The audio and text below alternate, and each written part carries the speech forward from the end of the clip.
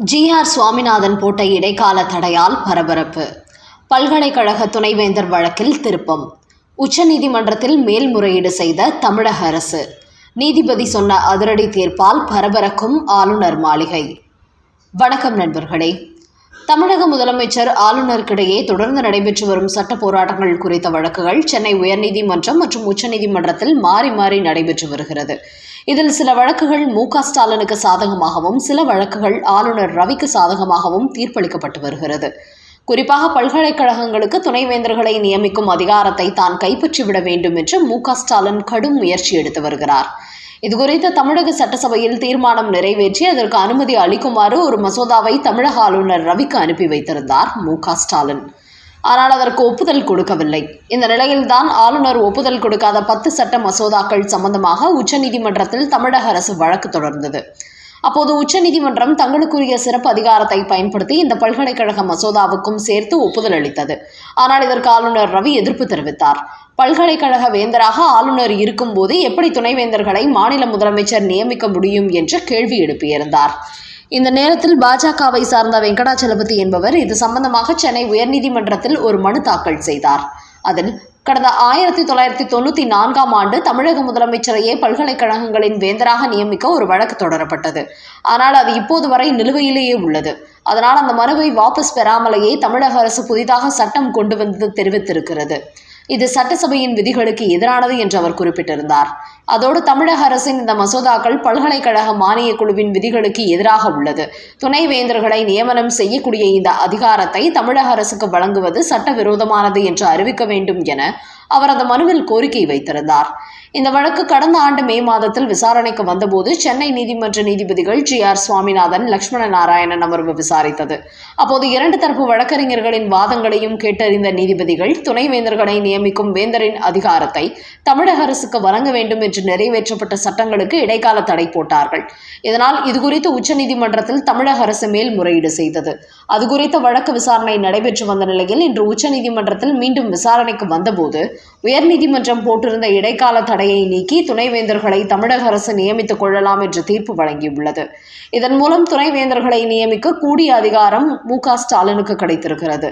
என்றாலும் இதை ஆளுநர் மாளிகை ஏற்கவில்லை. பல்கலைக்கழகங்களின் வேந்தராக ஆளுநர் இருக்கும்போது எப்படி துணைவேந்தர்களை முதல்வர் நியமிக்க முடியும் என்று அடுத்தபடியாக இதற்கு எதிராக மீண்டும் ஆளுநர் ரவி உச்சநீதிமன்றத்தில் தடை கோரி மனு தாக்கல் செய்ய போவதாக ஒரு பரபரப்பு தகவல் வெளியாகியுள்ளன. ஆனால் ஏற்கனவே நீதிபதி ஜி.ஆர். சுவாமிநாதனை விமர்சனம் செய்து வரும் திமுகவினர் தற்போது அவர் இடைக்கால தடை போட்டிருந்த இந்த மசோதாவுக்கு உச்சநீதிமன்றம் ஒப்புதல் கொடுத்து விட்டதால் மீண்டும் அவருக்கு எதிராக திமுகவினர் சோசியல் மீடியாவில் தங்களது விமர்சனங்களை வெளியிட தொடங்கிவிட்டார்கள். அதோடு சில உடன்பிறப்புகள் உயர்நீதிமன்றம் வேண்டுமானால் எங்கள் முதலமைச்சருக்கு எதிராக தீர்ப்பு சொல்லலாம், ஆனால் உச்சநீதிமன்றம் எங்கள் பக்கம் இருக்கிறது. அதனால் நீங்கள் இன்னும் எங்கள் முதலமைச்சருக்கு எத்தனை தடைகள் போட்டாலும் உச்சநீதிமன்றத்திற்கு சென்று அந்த தடையை நாங்கள் உடைத்து விடுவோம். அதனால் திமுகவுக்கு எதிராக இருக்கும் ஜி.ஆர். சுவாமிநாதன் போன்றவர்கள் கவனமாக இருக்க வேண்டும்.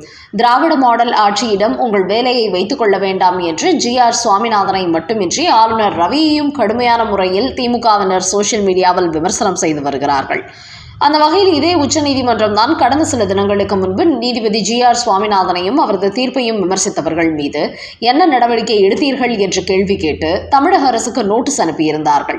ஆனால் அந்த நோட்டீஸ் அனுப்பிய சில தினங்களிலேயே இப்போது உச்சநீதிமன்றம் தங்களுக்கு சாதகமான தீர்ப்பு சொல்லிவிட்டதால் எங்கள் முதலமைச்சரின் அதிகாரத்தை பறிக்க நினைக்கும் ஆளுநர் ரவிக்கு உச்சநீதிமன்றம் சரியான பாடம் கற்பித்துவிட்டது என்று திமுகவினர் ஆளுநர் மற்றும் ஜி.ஆர். சுவாமிநாதனுக்கு எதிரான விமர்சனங்களை வெளியிட தொடங்கிவிட்டார்கள். அடுத்த செய்தி. நிகிதா சொன்ன பொய்யை நம்பி அஜித்குமாரை கொன்றுவிட்டீர்களே. மதுரை உயர்நீதிமன்ற நீதிபதி வேதனை. சிவகங்கை மாவட்டத்தில் உள்ள மடப்புரம் கோவிலில் காவலராக பணியாற்றியவர் அஜித்குமார். இவர் மீது கடந்த ஆண்டு ஜூலை மாதம் நிகிதா என்கிற பேராசிரியர் நகை திருட்டு புகார் அளித்திருந்தார்.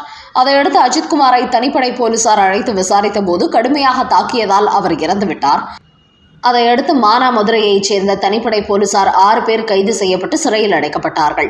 அதன் பிறகு இந்த வழக்கு சிபிஐ விசாரணைக்கு உத்தரவிடப்பட்டு தற்போது இந்த வழக்கில் கூடுதல் குற்றப்பத்திரிகையை தாக்கல் செய்துள்ளார்கள். அதோடு Manamadurai DSP Shanmuga Sundaram, inspector, sub inspector உள்ளிட்ட மேலும் 4 பேரும் இந்த வழக்கில் சேர்க்கப்பட்டுள்ளார்கள். இதனால் இந்த அஜித்குமார் கொலை வழக்கில் 10 போலீசார் குற்றவாளிகளாக சேர்க்கப்பட்டுள்ளார்கள்.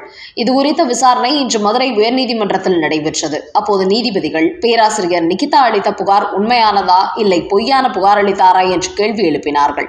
அதற்கு சிபிஐ தரப்பு அவர் அளித்த புகார் உண்மையில்லை, ஒரு பொய்யான புகார் அளித்திருக்கிறார், இதை நம்பிதான் தனிப்படை போலீசார் அஜித்குமாரை தாக்கியுள்ளார்கள் என்று சிபிஐ அதிகாரிகள் நீதிமன்றத்தில் தெரிவித்திருக்கிறார்கள். அதையடுத்து அப்படியென்றால் நிகிதா மீது நடவடிக்கை எடுத்தால் என்ன என்று நீதிபதிகள் சிபிஐ அதிகாரிகளை நோக்கி கேள்வி எழுப்பினார்கள். ஒன்றுமே இல்லாத ஒரு வழக்கில் ஒருவரை அடித்து படுகொலை செய்துள்ளார்கள். இதில் சம்பந்தப்பட்ட காவல்துறையினர் மட்டுமின்றி அந்த இளைஞர் மீது பொய்யான புகார் அளித்த நிகிதாவுக்கும் சரியான பாடம் புகட்ட வேண்டும். இந்த வழக்கில் குற்றம் சாட்டப்பட்ட யாரையும் வெளியில் விட வேண்டாம், அனைவருக்கும் கடுமையான தண்டனை கொடுக்க வேண்டும் என்று நீதிபதிகள் கூறியுள்ளார்கள். அதன் காரணமாகவே இதுவரை இதில் சம்பந்தப்பட்ட 10 போலீசார் சிறையில் அடைக்கப்பட்டுள்ள நிலையில் அடுத்தபடியாக நிகிதாவும் அடைக்கப்படுவார் என்பது தெரியவந்துள்ளது.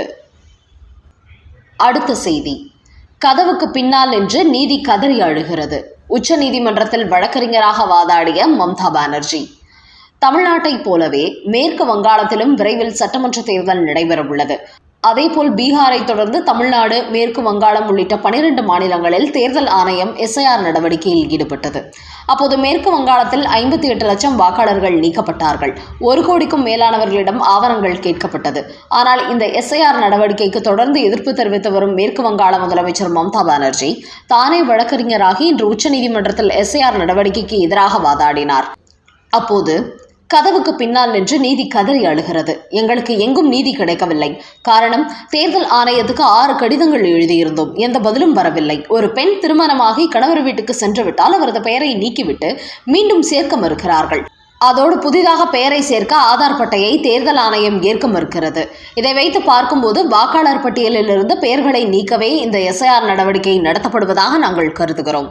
இதுகுறித்து நாங்கள் கேள்வி எழுப்பினால் அதற்கு உரிய விளக்கம் கொடுப்பதில்லை. அதனால் தலைமை தேர்தல் ஆணையர் ஞானேஷ்குமாரை பதவி நீக்கம் செய்ய நாங்கள் தீர்மானம் கொண்டு வரப்போகிறோம். அதற்காக ஒத்த கருத்துடைய கட்சிகளிடத்தில் ஆலோசித்து வருகிறோம் என்று நீதிமன்றத்தில் கூறியுள்ளார் மம்தா பானர்ஜி. அது மட்டுமின்றி இப்போது 58 லட்சங்கள் வாக்காளர்கள் பெயர் நீக்கப்பட்டுள்ள நிலையில் இந்த பட்டியலை நீக்கிவிட்டு ஏற்கனவே இருந்த பழைய பட்டியல்படி வரப்போகிற சட்டமன்ற தேர்தலை நடத்த வேண்டும் என்றும் அவர் நீதிமன்றத்தில் கோரிக்கை வைத்திருக்கிறார். அவரது வாதங்களை கேட்டு உச்சநீதிமன்ற நீதிபதிகள் இந்த வழக்கை மறு தேதிக்கு ஒத்திவைத்து விட்டார்கள். அதோடு நாட்டிலேயே முதல் முறையாக ஒரு மாநிலத்தின் முதலமைச்சரே வழக்கறிஞராகி வாதாடி இருப்பது இதுவே முதல் முறை என்றும் கூறப்படுகிறது.